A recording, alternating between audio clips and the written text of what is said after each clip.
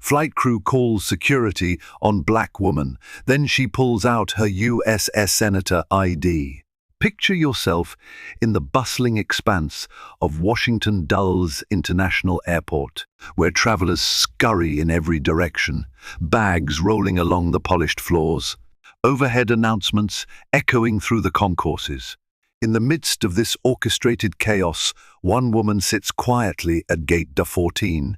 She could be any professional, unassuming yet poised, reading from a tablet, periodically glancing at her phone. Everything about her seems normal. Only a chosen few know her real identity. Kiana Roberts, a sitting United States Senator en route to Chicago for a crucial community event. Little does she know that, within the next couple of hours, an explosive confrontation at 35,000 feet will test her dignity and spark a public outcry that no one can ignore. Kiana Roberts woke to the shrill alarm of her phone in a modest hotel room not far from Capitol Hill. 5 hours earlier, she had fallen asleep while revising notes for a critical meeting with an advocacy group focused on mental health legislation. She was used to long days and short nights, one of the necessary evils of political life. Today's schedule included a quick return flight from D.C. to Chicago. Back in her home state, a community event awaited her in Bronzeville, a historic neighborhood on Chicago's South Side. The event aimed to highlight new job training initiatives for underrepresented youth. Kiana's presence was essential. She had spearheaded a federal grant for these very programs, and local organizers hoped her appearance would rally further support. After throwing on a tailored but comfortable black blazer, a crisp blouse, and slacks, she checked out of the hotel and hopped into a car bound for Washington Dulles International Airport. She felt a sense of relief leaving the high-stakes environment of the capital briefly, at least.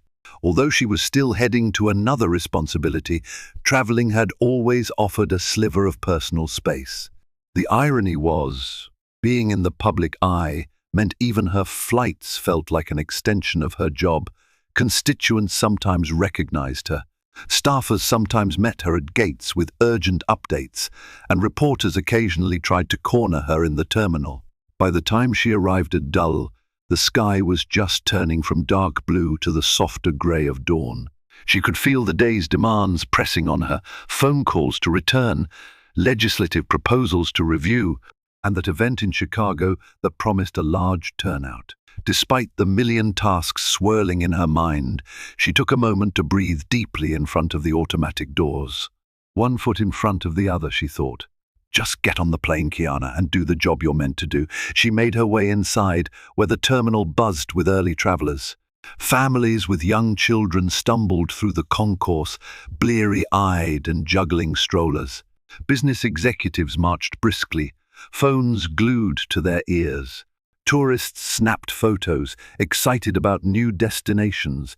Kiana blended in, or so she believed, as she walked to the check-in kiosk. She traveled light, carrying only a small suitcase and a satchel stuffed with briefing documents. Though she was entitled to certain perks as a U.S. Senator, she always insisted on commercial flights for official business, maintaining her down-to-earth image and reminding herself of why she joined politics in the first place, to serve real people living real lives.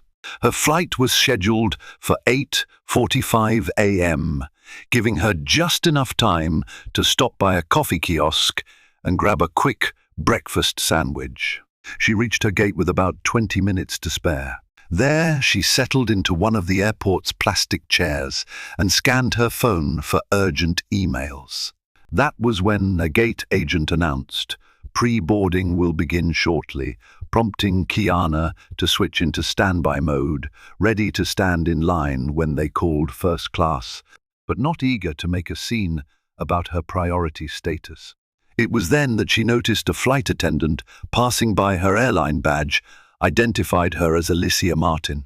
Alicia gave a benign smile to a nearby traveler, then glanced at Kiana with a fleeting expression that Kiana could only describe as coolly suspicious. For a second, she thought she might be over-analyzing. People give odd looks in airports all the time. Maybe Alicia was just having an off morning. Kiana politely dipped her head in acknowledgement and returned her attention to her phone. She had no idea that over the next couple of hours, Alicia Martin would orchestrate an event that would not only disrupt the flight, but also spark a firestorm on social media and in the press. When the gate agent called for first-class passengers to board, Kiana grabbed her carry-on and got in line. She never flaunted her position, nor did she hide it. But it sometimes created awkwardness. She could sense people behind her wondering if she truly belonged in the first-class line. A good number of them recognized her, though, offering nods or quick waves. Others simply minded their own business, scrolling on their phones. Alicia Martin was stationed at the gate entrance, scanning boarding passes. A second attendant stood beside her, assisting with crowd flow. When it came Kiana's turn, she stepped forward, wearing a composed but friendly expression. "Good morning," Kiana said, offering her boarding pass. Alicia glanced at the pass, then up at Kiana's face.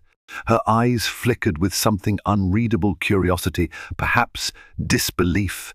"Monsieur A.M.," she said, voice tight. "We're boarding first class right now." "Yes, I'm aware," Kiana replied politely. "Here you go." She offered the pass again. With a slight crease in her brow, Alicia scanned it. After the machine beeped and displayed the correct seat assignment, Alicia handed the pass back without a word. She offered none of the usual courtesy, just a clipped "enjoy your flight." Kiana nodded, attributing Alicia's demeanor to possible fatigue or stress. "Airport staff have it rough sometimes," she reminded herself. "I don't want to assume anything." As she walked down the jet bridge, she let out a low exhale, shaking off the minor tension. She decided it was just a fleeting moment, hardly worth stewing over. The cabin doors of the aircraft beckoned. Kiana stepped aboard, greeted by the warm smile of an older flight attendant wearing a name tag, Harold. He welcomed her, checked her boarding pass again, and guided her to her seat, 2A.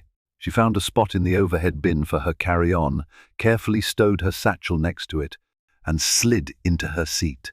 A wide window revealed the dawn sky just beyond the airport's tarmac. She allowed herself a moment of quiet reflection, her mind drifting between the policy proposals in her bag and the upcoming event in Chicago. 5 minutes later, she sensed someone approaching. Peering over her shoulder, she saw Alicia stepping down the aisle, scrutinizing seat numbers. When Alicia reached Kiana, she paused. "Are you all settled in?" Alicia asked, her voice polite but lacking warmth. Kiana offered a quick smile. "Yes, thank you." Alicia nodded curtly and moved on.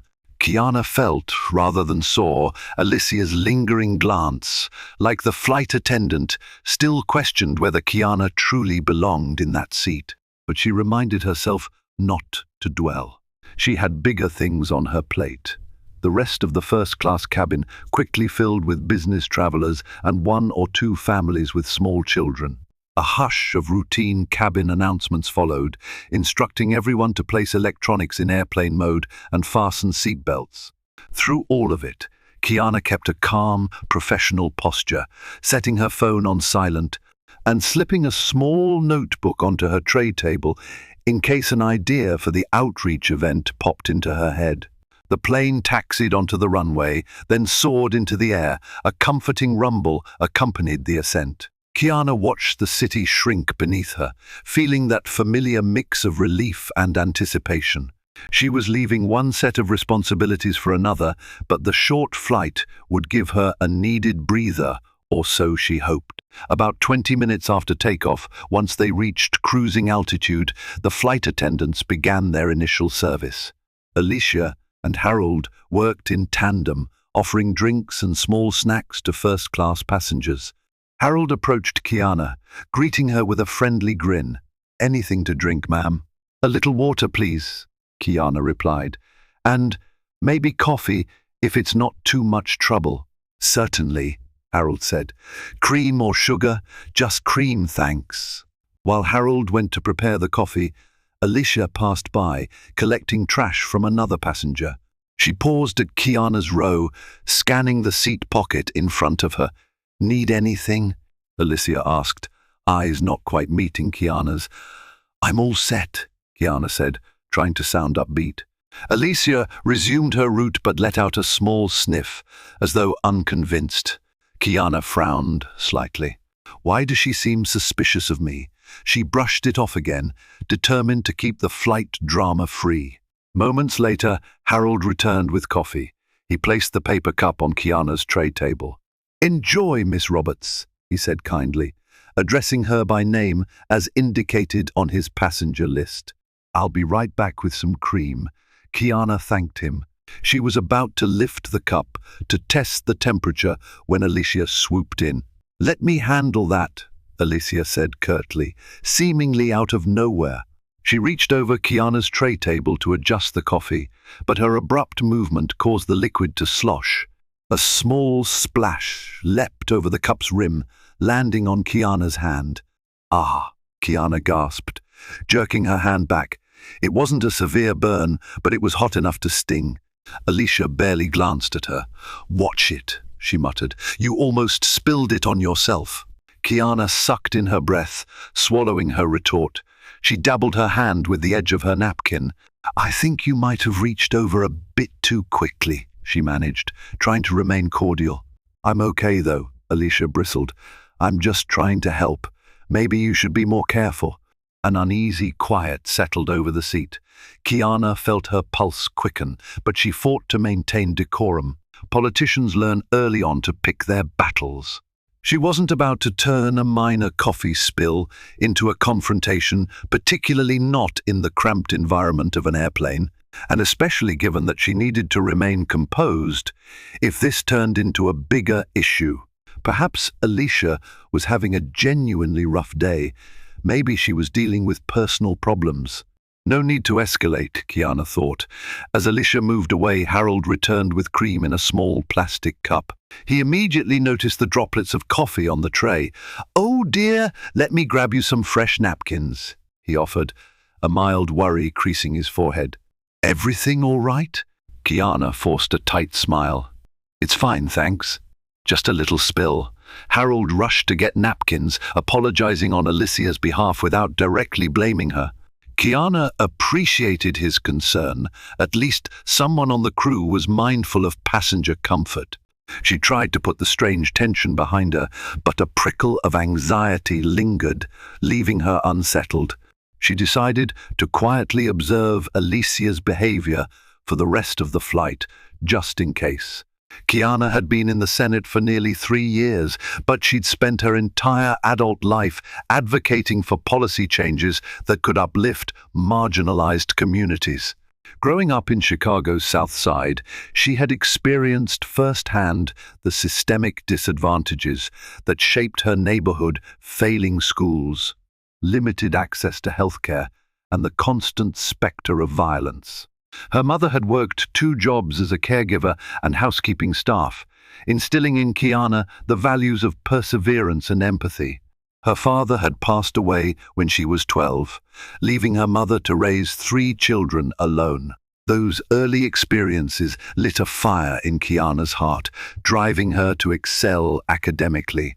She earned scholarships, fought her way into law school, then clerked for a judge in Illinois before eventually running for local office. Her local success led to a run for a House seat, and later to the Senate seat that she now occupied. The journey had been filled with setbacks, microaggressions, and doubt, both from others and, at times, from within herself. Still, she believed in forging alliances and working with people who might never fully understand her experiences, but could at least commit to justice. She prided herself on her level-headedness, especially in confrontational moments. In her mind, that skill had become a necessity. As a black woman in politics, the slightest show of anger could be weaponized against her. She refused to give ammunition to those who wanted to undermine her progress. Yet sitting in that airplane seat, nursing the mild sting on her hand, she felt a twinge of weariness. The realization that she couldn't even board a plane peacefully without suspicion crept up on her like a bitter truth. She took a long sip of coffee, careful not to spill again, and reminded herself that the world was more than these negative interactions. She had allies, supporters, and a strong sense of purpose. One flight attendant's behavior wasn't going to shake her. Across the aisle, a business executive was busy typing on a laptop. He glanced at Kiana, offered a polite smile, then returned to his work. Kiana gave him a slight nod. She noticed that Alicia had now reached the far end of the first-class cabin, handing out blankets and pillows. A couple of times, Alicia looked in Kiana's direction, her brow furrowed. What is she thinking? Kiana wondered, not for the first time. Does she recognize me or resent me for some reason? About 30 minutes into the flight, the seatbelt sign flicked on as the captain announced a bit of turbulence. Alicia and Harold advised passengers to remain seated, collecting loose cups and trash. When Alicia reached Kiana's row, she hesitated, as though considering whether to speak. Eventually, she simply took the empty coffee cup from Kiana's tray and moved along in silence. Kiana exhaled a silent prayer that the remainder of the flight might pass without incident. Shortly after the turbulence subsided, Kiana decided to use the restroom. She unbuckled her seatbelt and stood, rolling her stiff shoulders. First class had a small lavatory near the front of the cabin, and she was relieved to see no line. As she stepped toward the lavatory door, Alicia appeared, blocking her path. "Monsieur A.M.," Alicia said, her voice clipped. "You need to remain in your seat until we make another announcement." Kiana frowned, casting a quick glance at the unlit seatbelt sign. "The seatbelt sign is off now. May I please use the restroom?" Alicia's lips thinned. "We haven't completed our cabin check, and it's best for you to stay seated until—" At that moment, Harold walked up, apparently overhearing the exchange. "It's okay, Alicia. The seatbelt sign is off. She can use the lav if she wants." Alicia shot Harold a look that could freeze water, but she stepped aside. "Fine," she said, "but please make it quick." Kiana pursed her lips, holding back a sharp reply. She simply nodded and entered the small space, locking the door behind her. She let out a shaky breath, feeling the tension in her body. In her reflection, she could see the frustration etched in her features. "Calm down," she told herself. "This is an inconvenience, sure, but you can't lose your temper." She splashed a bit of water on her hands to soothe the mild burn from earlier, noticing how it still tingled. Emerging from the lavatory, she found Alicia hovering near the cockpit entrance, as though standing guard. Kiana moved past her without a word. She could almost feel Alicia's gaze boring into her back, like a silent accusation that Kiana was up to no good. "Why is she treating me this way?" The question circled through Kiana's mind, intensifying the uneasy swirl in her gut. When Kiana reached her seat, she decided to do something proactive.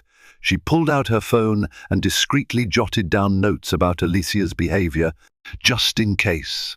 She had no desire to cause trouble, but she sensed that this situation might escalate, and she didn't want to be caught without a clear record of the sequence of events. Harold came by again with water.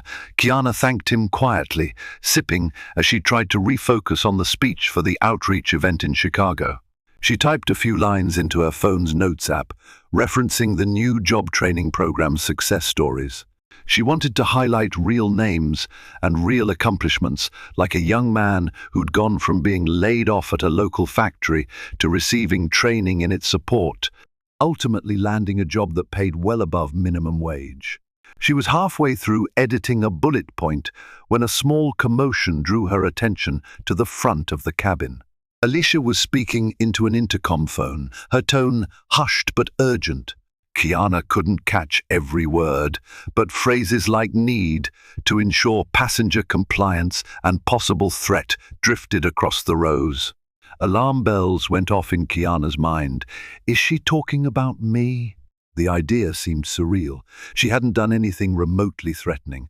Before Kiana could process the situation, the overhead speaker crackled, and a smooth male voice, likely the captain, came on. Ladies and gentlemen, please remain seated as our crew completes an additional safety check. We appreciate your cooperation. The seatbelt sign flashed on again, even though the flight was still in generally smooth conditions. Kiana felt her pulse climb. She saw Alicia hang up the intercom phone, then march briskly toward the curtained area at the front of the cabin. The tension grew thicker. One of the other first-class passengers, an older woman with silver hair, leaned across the aisle and whispered to Kiana, "Do you know what's going on?" "I'm not sure," Kiana replied quietly, forcing a reassuring smile. She could sense the woman's anxiety. "We might be in for some sort of security runaround," Kiana thought. But why? Moments later, two uniformed airline security officers stepped into first class from the cockpit area. Kiana's heart lurched. She hadn't realized there were in-flight security personnel aboard. Sometimes they fly incognito. Alicia met them near the front row and started talking in hushed but emphatic tones, gesturing discreetly toward Kiana's seat. Kiana's chest tightened, and her immediate reaction was, "No, this can't be happening." She glanced around for Harold, but he was nowhere in sight. The older woman across the aisle, now also alarmed, murmured, "This is strange. They're looking at you." Sure enough, the uniformed officers began making their way toward Kiana. She stayed seated, hands resting calmly on her lap. "Remember your composure," she mentally reminded herself. These moments matter. When the two officers reached her row, one leaned down and spoke in a low voice. "Ma'am, we need to ask you a few questions," he said, glancing at a small notepad in his hand. "Could you please identify yourself?" Kiana's adrenaline spiked. She pulled out her driver's license from her wallet and offered it. Her official Senate ID was also in her wallet, but she didn't want to start with that unless necessary. "I'm Kiana Roberts," she said evenly. "I'm a United States Senator from Illinois." One officer's eyes briefly widened. He compared the name on the license to something on his notepad. "We received a report that you have been repeatedly refusing crew instructions, acting suspiciously near the cockpit, and exhibiting threatening behavior." He paused, as though it sounded ridiculous even to him. Kiana inhaled sharply, fighting to keep her voice steady. "That's completely false.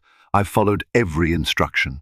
I used the restroom once when the seatbelt sign was off, and that's all. I have no idea why the flight attendant is accusing me of these things." The second officer cleared his throat.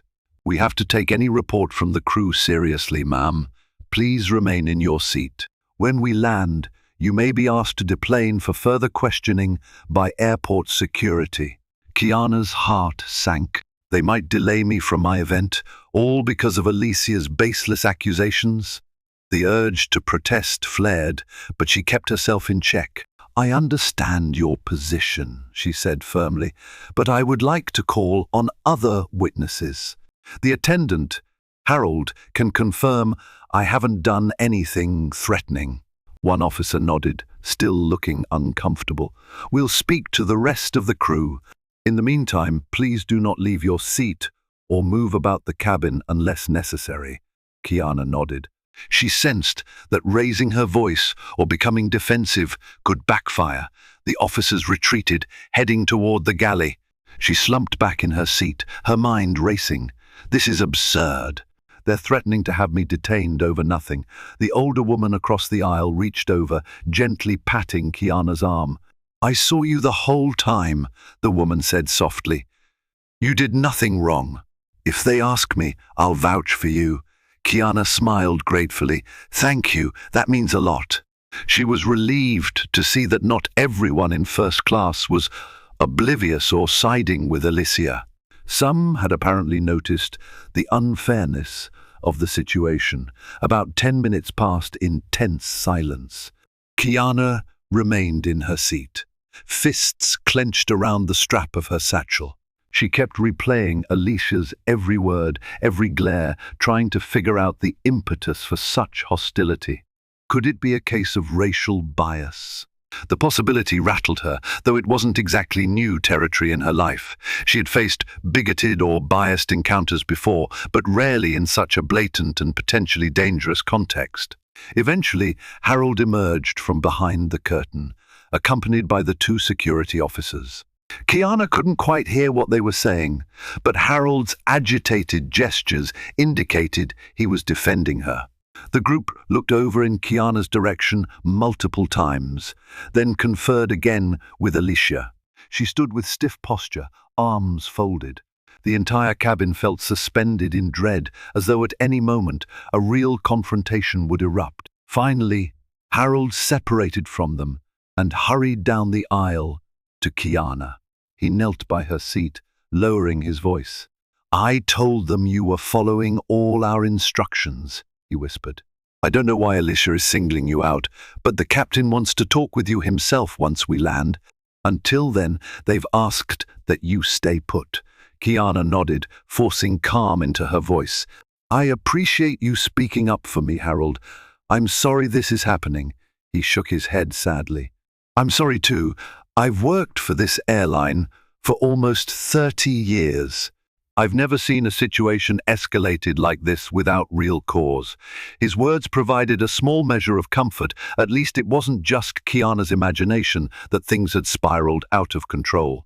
Harold patted her hand gently, then stood to resume his duties, leaving Kiana with the dreadful knowledge that she'd have to endure the rest of the flight under suspicion.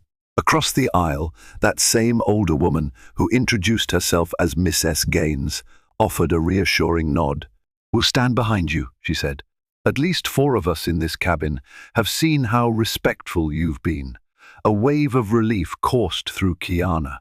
In a moment of vulnerability, the compassion of strangers meant everything.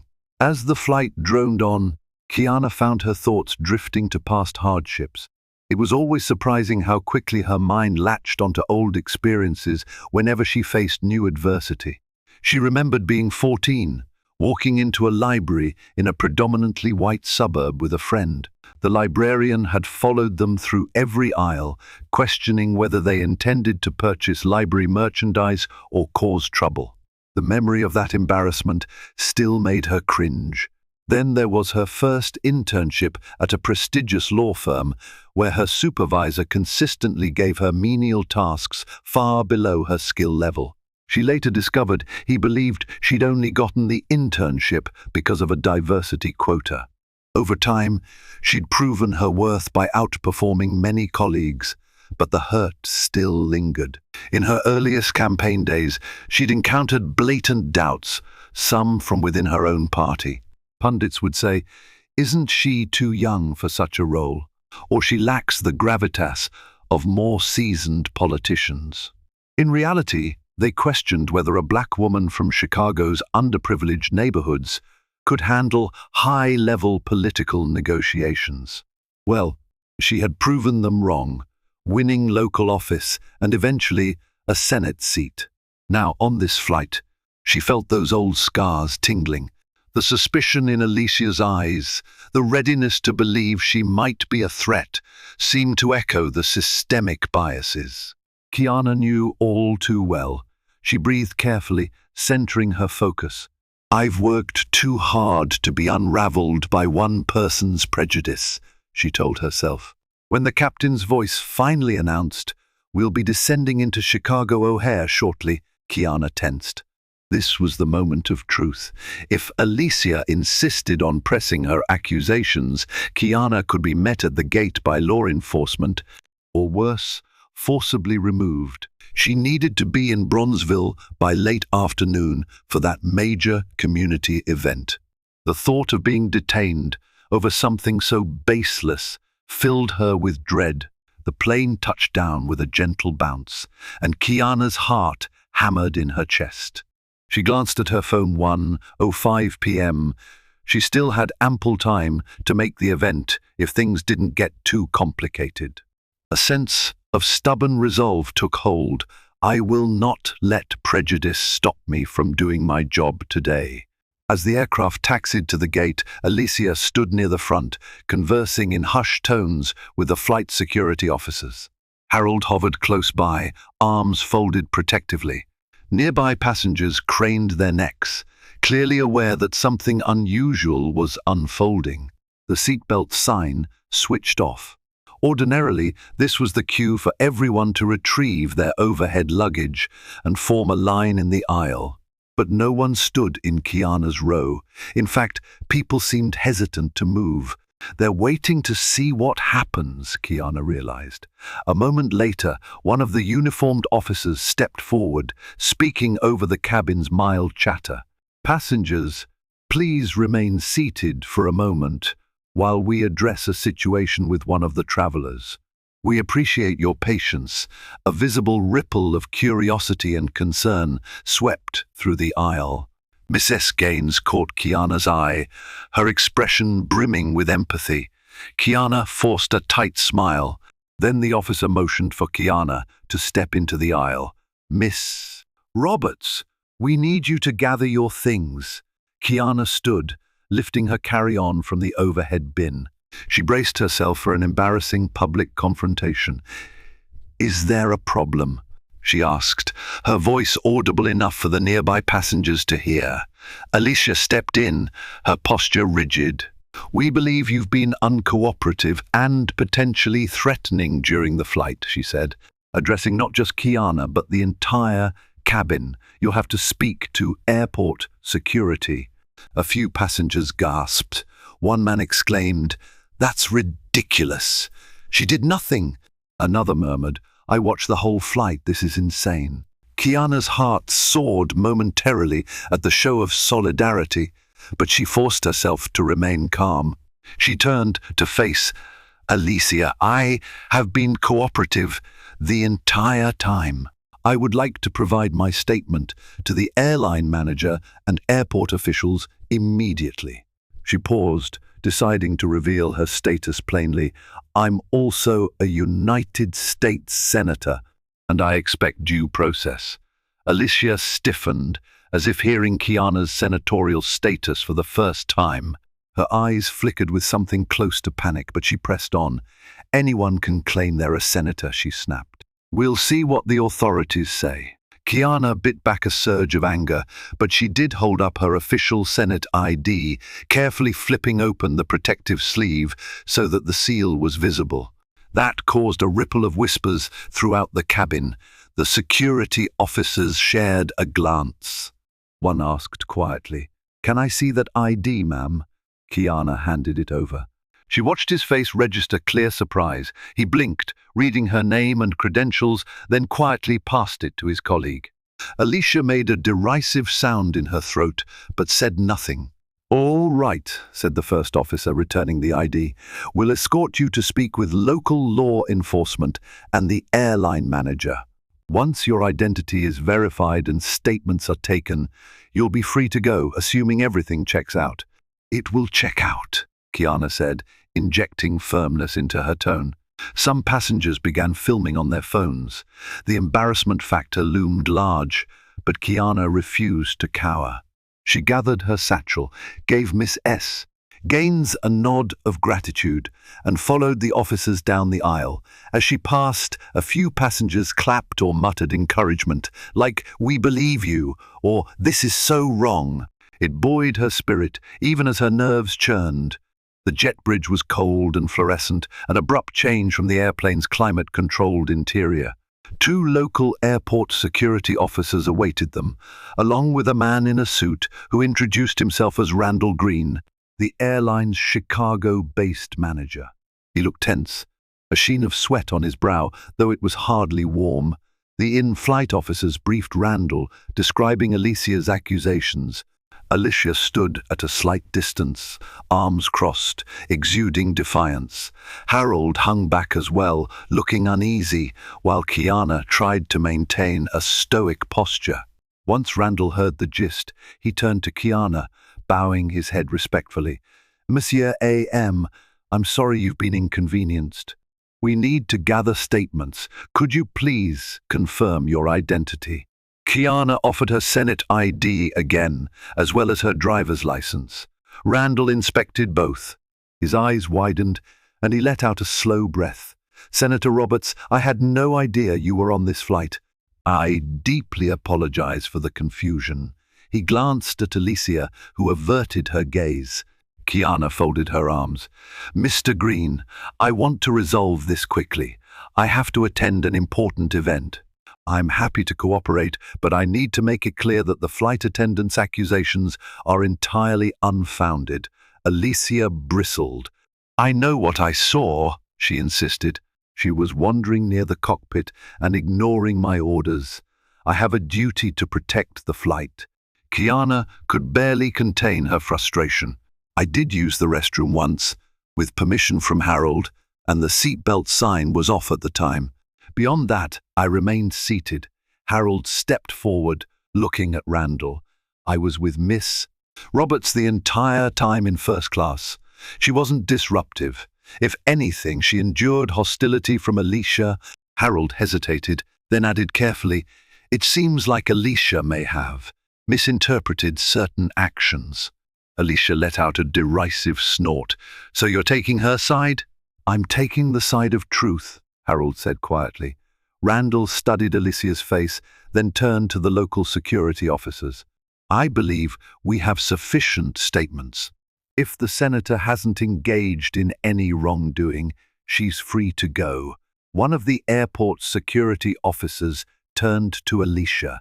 "Did you witness any explicit threat from the senator, or was it just an assumption based on her movements?" Alicia fumbled for words, her composure slipping. "She was walking around," she said, "and she kept messing with overhead bins." "That's a lie," Kiana interjected, raising her voice for the first time. "I never touched any overhead bin except for my own carry-on." Harold nodded in agreement. "That's correct. She only retrieved her items when it was allowed." Alicia's face reddened. She seemed to realize she was cornered. "Fine," she snapped, "but I have a right to feel safe on my own flight." Randall exhaled, turning to the security officers. "Based on the contradictory nature of Alicia's statements and the corroboration from Mr. Harold and, presumably, other passengers, I see no reason to detain Senator Roberts." The older of the two local security officers nodded. "MAAM, you're free to go. We apologize for the inconvenience." Relief and anger warred within Kiana. She looked at Randall. "I need to ensure this incident is recorded. I don't want to simply walk away and pretend it never happened." Randall's posture stiffened. "We will file a formal report, Senator. I encourage you to contact our Customer Relations Department if you want to pursue any additional action. Please accept my personal apology and that of the airline." Kiana nodded slowly, though the apology felt insufficient given the humiliation she'd just endured. She glanced at Alicia, whose face remained stony. Kiana wasn't sure whether the woman felt remorseful or simply resented being called out. Either way, the damage was done. "Then I'll be on my way," Kiana said coolly. "I have an event to attend." Harold touched her shoulder gently before she left. "I'm so sorry, Senator," he whispered. "I'll back you up if you choose to lodge a complaint." She squeezed his hand in thanks, then turned and strode up the jet bridge, refusing to glance back at Alicia. "I'm not letting her see any more of my pain," Kiana vowed. The local security officers parted to let her pass, one offering a subdued nod. Randall tried to apologize once more, but Kiana pressed on, forging ahead into the terminal. She still had a day's work in front of her and a fresh wave of indignation fueling her resolve. Adrenaline thrummed through Kiana as she navigated O'Hare's bustling corridors. She fished out her phone to check the time, 1:40 p.m. The Bronzeville event was set for 4:00 p.m., giving her just enough time to reach home, freshen up, and review her notes before heading to the community center. If traffic cooperates, she reminded herself. She noticed a couple of onlookers who seemed to recognize her.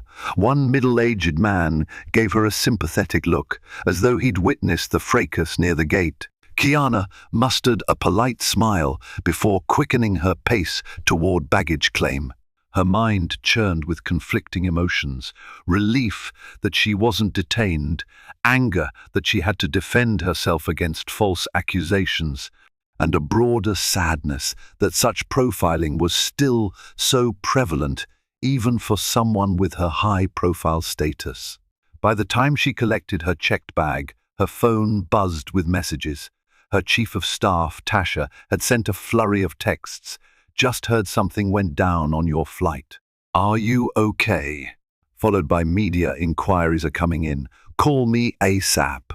Kiana's stomach tightened at the mention of media inquiries. Did someone from the flight tweet about the incident? Was there a viral video already? The modern news cycle moved with ruthless speed. She typed a quick reply, "I'm fine," heading to the car. "We'll call in 10. She walked briskly to the arrivals pickup area, where a staffer waited with a sign that read Sen Roberts. The staffer, a young volunteer named Zoe, looked anxious. "Senator, oh my goodness, are you all right?" Zoe asked. "I'm okay," Kiana said, forcing a smile. "Just a ridiculous fiasco on the plane. Let's get going. We don't have much time." They piled into a black sedan. Kiana sat in the back, dialing Tasha's number. As the car pulled away, she explained the entire ordeal in a calm, factual tone, occasionally letting her frustration seep through. Tasha gasped more than once, especially upon hearing that Kiana's identity as a senator had been questioned. "This is unacceptable," Tasha said firmly. "We should draft a statement. The press is going to want details." Kiana mulled it over. Part of her wanted to handle this privately, lodging a complaint through official channels without public drama. But another part recognized the importance of shining a light on the discrimination she'd faced. "Let's prepare a measured statement," Kiana said finally. "Emphasize that this is part of a broader issue. We can't stay silent." Tasha agreed, promising to have a draft ready by the time Kiana arrived at her home. Kiana ended the call, leaning back against the seat, massaging her temples. She thought of all the nameless people who faced worse incidents in air travel with no platform to fight back. That knowledge steeled her resolve. She wasn't just doing this for herself, she was doing it for everyone who'd been profiled and marginalized. After a quick stop at her home to shower and change into a fresh suit, Kiana arrived at the Bronzeville Community Center at exactly 3:50 p.m. The building bustled with excitement.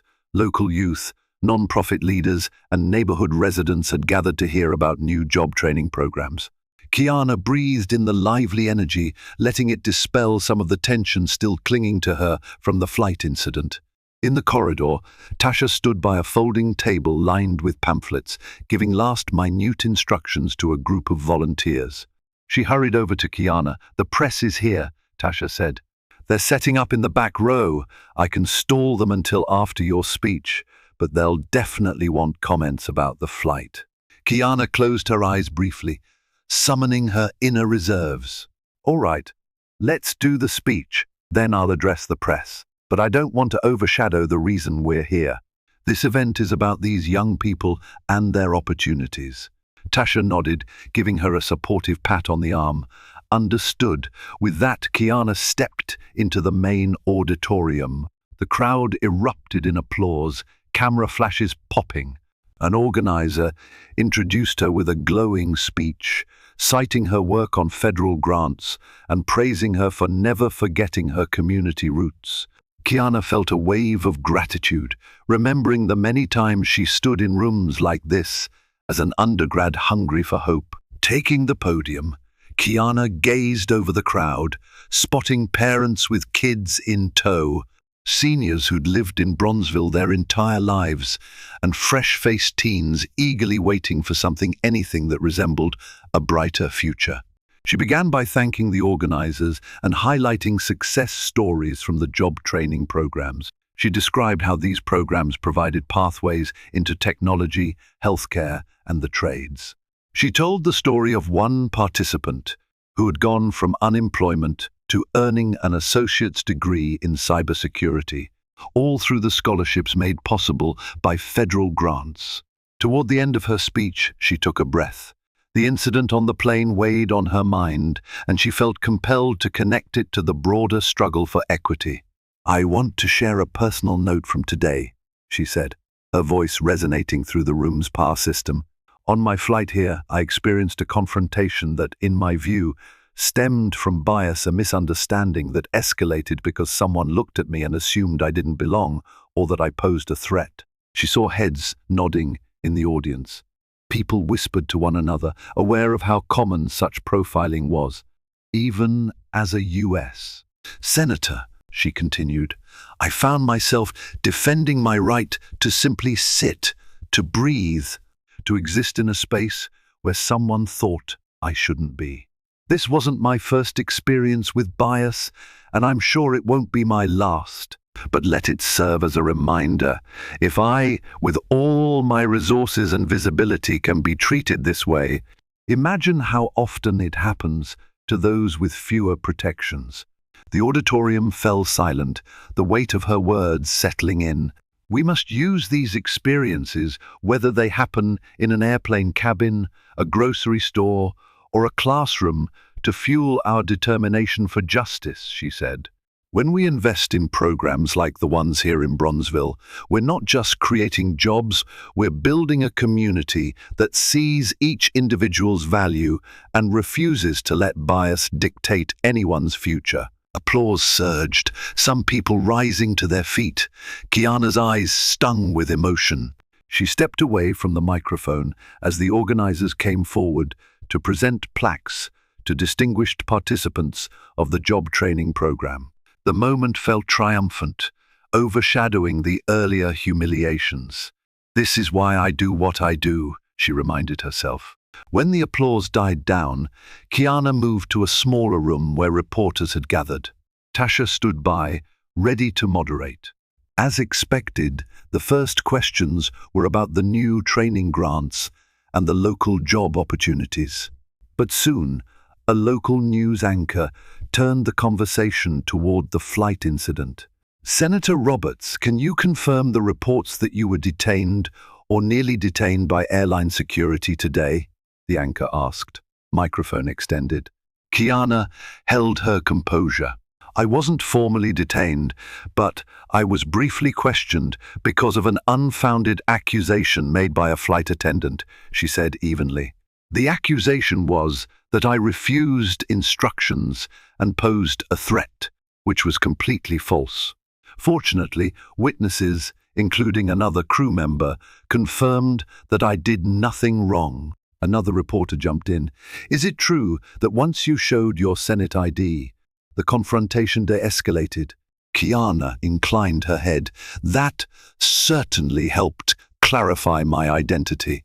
But I want to emphasize that if I hadn't had that ID, if I were just an average passenger, who knows how long I might have been held or how far the situation could have escalated. This isn't just about me. It's about systemic bias that leads to undue suspicion of black travelers, and for that matter, many others who are unfairly profiled." The cameras flashed. Journalists typed furiously. Kiana sensed this would be a national story by tomorrow. Part of her worried about the personal toll, but she also recognized the significance. This might lead to a larger conversation on discrimination in the airline industry. Before leaving, she expressed gratitude to the airline manager, Randall Green, for acting swiftly once the plane landed. "I do appreciate that the local manager and others took my statement seriously, but we can't just fix incidents after they happen. We need policies and training in place to prevent them." With that, the press conference ended, Kiana left the building, adrenaline still coursing through her veins. She could already imagine social media exploding with hashtags referencing her ordeal. Tasha patted her on the back. "You handled that gracefully," she said. "Thanks," Kiana murmured, exhaustion creeping in. But the day's not over yet. The very next morning, Tasha's phone call woke Kiana at dawn. "Senator," Tasha said, voice urgent, "I just heard from an airline executive. They're scrambling to contain the PR fallout from yesterday. They want to talk to you, offer apologies, maybe meet with you."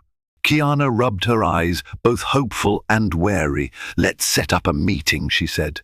"I want them to understand. This wasn't just about me being inconvenienced. There's a systemic issue at play." Later that day, a Zoom call was arranged with a top-level airline executive named Megan Porter and Randall Green. Porter expressed deep regret over the incident, assuring Kiana that the airline was launching an internal investigation into Alicia's actions. She hinted that Alicia might face disciplinary measures. Kiana responded firmly but politely, emphasizing the need for improved training on implicit bias. She recounted how humiliating and stressful it was to be singled out, especially given her position and time-sensitive commitments. Megan Porter nodded vigorously. "Senator, we're so sorry this happened. We've had prior complaints of a similar nature, and this incident highlights the urgency for enhanced protocols." Kiana appreciated the candor. "I don't want to see any flight attendant lose their job needlessly," she clarified. "But accountability is crucial, and we can't just treat this like a one-off event. Airline policies must ensure that staff aren't weaponizing security protocols based on personal biases." Randall Green looked remorseful, recalling how alarmed he'd been in the jet bridge. "We're prepared to announce a revised training program within the next few weeks. We'd also like to publish a statement acknowledging the incident and how we plan to prevent future occurrences." "I'll hold you to that," Kiana said, her voice steady. "You can't imagine how many stories like mine go unheard." After the call ended, Tasha gave Kiana a thumbs up. "We'll see if they follow through, but at least it's a start," she remarked.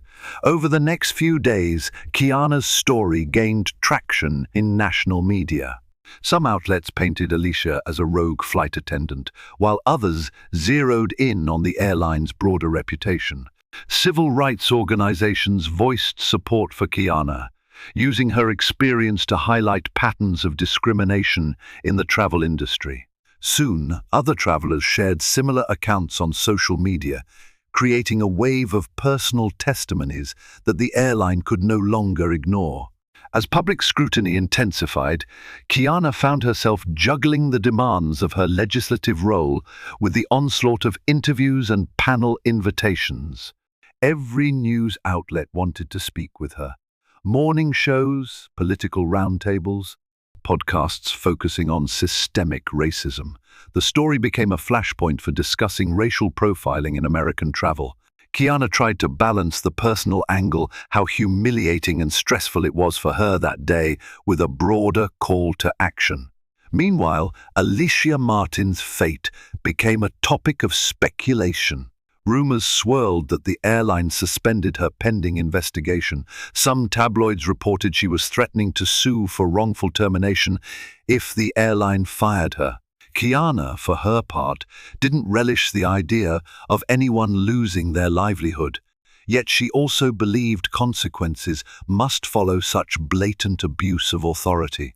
If she faces termination, that's on her, not on me, Kiana told herself, though part of her felt a twinge of sadness that it had reached this point. One afternoon, Kiana read a heartfelt email from a single mother in St. Louis who'd encountered a similar situation with a flight crew. The mother wrote, "I never had the courage to speak up. I thought no one would believe me. Seeing your story out there gives me hope." That message reaffirmed Kiana's decision to be open. Despite the personal toll exhaustion, vulnerability, she recognized this, was bigger than her comfort. Within weeks, the buzz around Kiana's experience led to a closed-door meeting on Capitol Hill. Leaders from multiple airlines, including Kiana's, met with a group of senators and representatives concerned about discrimination in travel. Kiana attended, determined to hold the industry accountable.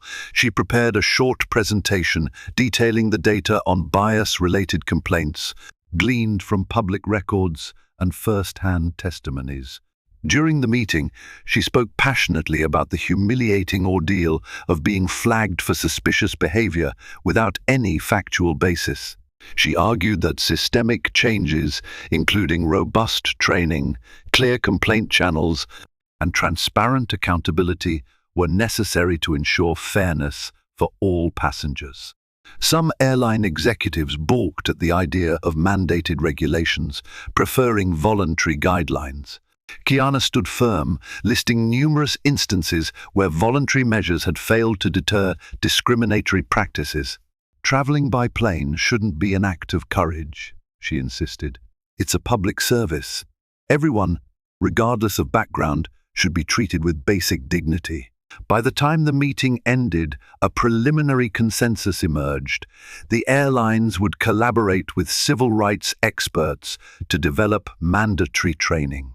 They also agreed to more rigorous oversight of flight attendants' use of security protocols. Kiana took it as a step forward, small but meaningful. While the airline's official investigation progressed, Kiana learned that Alicia Martin had indeed been suspended. Part of her felt relief, accountability was in motion. But she also remembered the severe expression on Alicia's face and wondered if there was more behind Alicia's hostility than just prejudice. Perhaps personal stresses or past traumas had fueled her paranoia. Of course, that didn't excuse what happened. Then, one afternoon, a surprising letter arrived at Kiana's office from Alicia herself. The envelope bore no return address. Inside, the single-page letter read, "Senator Roberts, I'm writing because I realize my actions have caused you distress. I wish things had gone differently.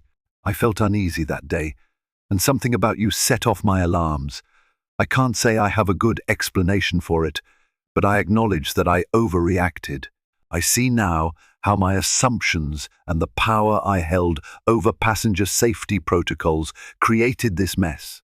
You might not believe me, but this incident has made me rethink a lot. Sincerely, Alicia Martin." The letter wasn't exactly an apology, but it was an acknowledgement, an admission that Alicia recognized she'd erred. Kiana read it twice, looking for sincerity between the lines. Maybe it was genuine, maybe it was a last-ditch attempt to avoid legal repercussions. Either way, it offered a small glimpse of regret. Kiana decided not to reply directly. She had no desire to rekindle that tension. Let the airline's process unfold, she told herself. Ultimately, the airline concluded its investigation, issuing a statement that Alicia's behavior was in direct contradiction to company policies regarding passenger treatment and anti-discrimination guidelines. She was let go. Kiana learned of Alicia's termination through the press. Despite her relief that the airline took the matter seriously, she felt a pang of empathy at the idea of anyone losing their job. Yet accountability demanded consequences. In the months that followed, Kiana channeled the energy from that flight experience into more robust advocacy. She co-sponsored legislation aimed at addressing racial bias in aviation, requiring all airlines to submit annual reports on security calls made against passengers. The bill also proposed a passenger Bill of Rights that included clearer protocols for lodging complaints and receiving timely investigations. During a Senate hearing, Kiana delivered an impassioned speech recounting her ordeal. She read excerpts from dozens of letters she'd received, stories of families who'd been asked to exit planes for reasons that turned out to be misunderstandings, people forced to endure humiliating searches, and travelers who felt powerless in the face of flight crew biases. Many watchers said it was one of her finest moments, bridging personal experience with legislative action. Meanwhile, the airline publicly vowed to revamp its training process, working with civil rights organizations to design modules tackling unconscious bias. They invited Kiana to help review the training curriculum. She agreed under the condition that it be transparent, thorough, and regularly updated. The national conversation sparked by her flight incident slowly began shifting public expectations. More travelers started speaking up, sharing stories on social media. Some flight attendants and airline employees also voiced support for reforms, acknowledging that their training in conflict resolution and bias recognition had been minimal at best. For Kiana, it felt like a partial victory. True, these changes wouldn't end discrimination overnight, but they represented a meaningful step toward accountability. Little by little, she told herself, we can change the culture. Despite the intense wave of publicity, eventually the media cycle moved on to other stories. Kiana found a semblance of normalcy in her routine meetings, hearings, community events, legislative battles on everything from healthcare to infrastructure, yet she remained vigilant. Whenever she traveled by plane, she felt a twinge of anxiety, scanning the faces of flight attendants to see if any recognized her or harbored residual resentment. Over time, she encountered more supportive than hostile responses. A couple of flight attendants even discreetly thanked her for pushing for better training, saying they, too, had witnessed unfair treatment of passengers in the past. One day, traveling for a town hall in another state, Kiana boarded a flight and was greeted by a young black flight attendant who practically beamed. "Senator Roberts, I just want to say thank you," she whispered after the plane had leveled off. "Because of what happened to you, our airline made real changes to how we handle passenger complaints and security calls. We got new training sessions that helped me and my colleagues recognize biases we might not have been aware of. It's making a difference." Kiana felt tears prick her eyes. She lightly squeezed the attendant's hand. "I'm glad to hear that," she said. "Maybe some good has come out of that humiliating experience after all," she thought. "If it saves even one person from going through the same thing." About a year after the fateful flight, Kiana found herself driving through Bronzeville, the same neighborhood where she'd made that speech shortly after her ordeal. She was on her way to visit a new tech center that had opened, funded by the grant she'd helped secure. The streets were bustling with fresh energy cafes, with vibrant murals, new job postings advertised in windows, a sense of optimism in the air. She parked in front of the modern building, noting the bright sign that read Bronzeville Tech and Training Center. Inside, she was greeted by a young staffer who recognized her immediately. "Welcome, Senator Roberts." The staffer beamed. "We're so excited to show you around." As Kiana walked the halls, meeting students learning coding, digital design, and its support, her heart brimmed with pride. This was the tangible impact of her work opportunities sprouting where there had previously been closed doors. She remembered how close she'd come to missing the event that launched this center's funding campaign, all because a flight attendant deemed her suspicious. The memory still stung, but it also fueled her hope that the world could change if people insisted on it. She glanced at her watch, almost time for the next appointment, but she took a moment in the lobby to reflect, seeing her own reflection in the center's glass doors. She was reminded of her mother's repeated mantra, "Never let them tell you where you don't belong." If there was one takeaway from the entire fiasco, it was that she had belonged in that first-class seat, she had belonged at that community event, and she belonged in the Senate, fighting for the underrepresented. "And so I will keep fighting," she told herself, "for as long as it takes, until no one is forced to prove their worth just to exist in peace." She stepped back outside into the Chicago sun, a grateful smile on her face. The future still held countless battles, but if her story could shift even a piece of the system toward fairness, then every bit of turmoil she'd endured had been worth it. This is the story of how a simple flight became an unforgettable turning point in Senator Kiana Roberts' fight for justice, how a routine journey morphed into a painful encounter with prejudice, only to ignite conversations and push for systemic reforms in the airline industry. From the humiliating moment when security was called to remove her, to the dramatic reveal of her official Senate ID, to the powerful public outcry that followed every step, underscored the gravity of bias and the resilience required to stand against it. If this story resonated with you, if it reminded you of the importance of holding institutions accountable, of showing empathy, and of never underestimating the power of one voice, then please like this video, share it with friends, and subscribe to the channel. Your support helps keep these stories alive, fueling the belief that by spotlighting injustice, we pave the way for meaningful change. Together, let's strive for a world where everyone is treated with dignity and respect.